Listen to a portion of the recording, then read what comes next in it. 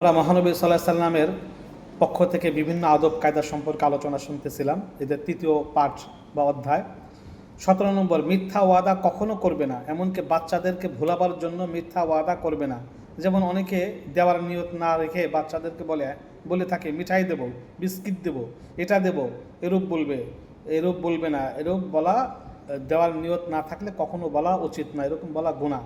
18 নম্বর, যার যেমন মর্যাদা তার তেমন সম্মান করবে, সকলের সঙ্গে একরকম ব্যবহার করবে না।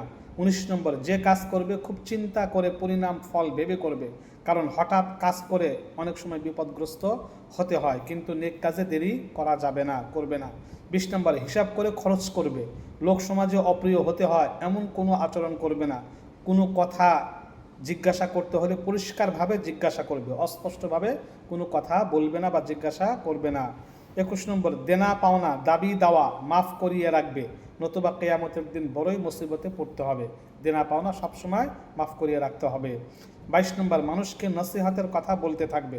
হ্যাঁ, একান্ত যদি শোনার আশা না থাকে বা উল্টা কষ্ট দিবে এরূপ আশঙ্কা থাকে তবে চুপ করে থাকা জায়েজ আছে, কিন্তু মন্দকে সর্বদা মন্দই মনে করতে থাকবে। মানুষ শরীয়তের কথা শুনে না দেখে তাদের মতো হওয়া যাবে না, মানুষ শরীয়তের কথা শুনে না দেখে তাদের মতো চলা যাবে না।